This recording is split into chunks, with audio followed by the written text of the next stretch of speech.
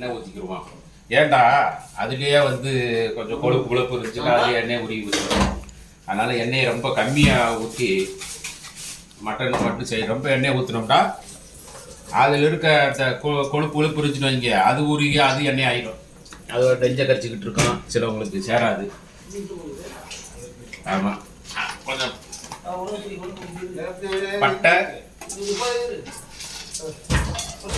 பட்டை கிராம்பு போட்டுக்கலாம்.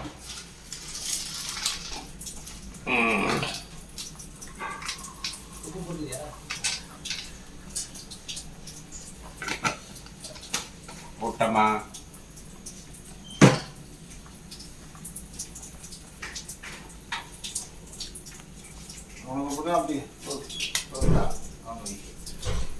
நாம கடுகு போடுறது கிடையாது, அதனால பச்சை மிளகாய் போட்டுருவோம். கருவேப்பிலை,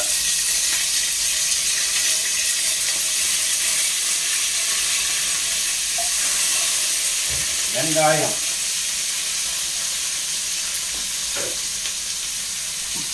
நம்ம 1 கிலோ மட்டனுக்கு 2 வெங்காயம் வச்சிருக்கு.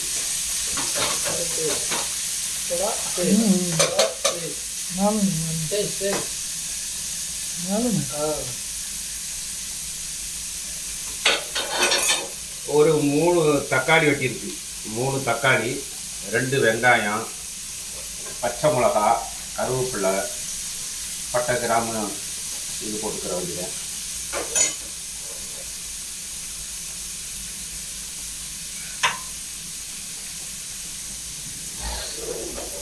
இஞ்சி பூடையும் போடுவோம், ஏன்னா அது சும்மல் போகும் நல்லா, அதுக்காக போடுவோம்.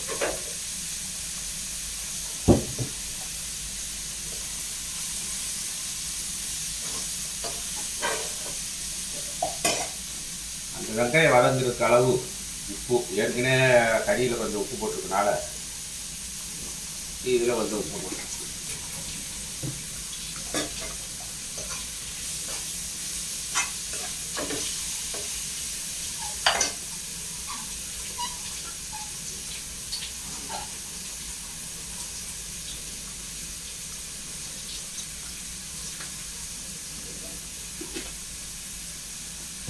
சரியா வரும்.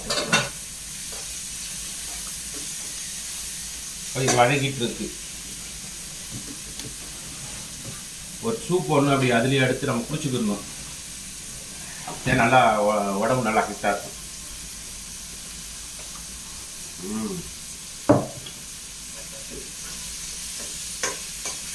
அப்படியே சூப் போட்டது மாதிரி இருக்கும், சூப்பும் குடிச்சது மாதிரி இருக்கும், உடம்புக்கு நல்லது. இப்போ இது நல்லா வதங்கிட்டே இருக்குது, நல்லா வதங்கட்டும். இப்போ நம்ம ஊருக்கு போகிறோம், இந்தியாவுக்கு போகிறோம், எவ்வளோ வருஷம் கழிச்சு இருப்பாங்க. ஆனால் வரும்பொழுது வீட்டில் யாராச்சும் இங்கே இருந்து ஒரு வேலையை செய்யுங்கன்னு சொல்லுவாங்கன்னு பார்த்தா யாரும் சொல்கிற மாதிரி இல்லை. எதிர்பார்ப்பாங்க, யாராச்சும் தடுத்து நிப்பாட்டுவாங்களா, இல்லை இப்படியே காலங்களை பூரா ஓட்டுவாங்களா அப்படின்ட்டு.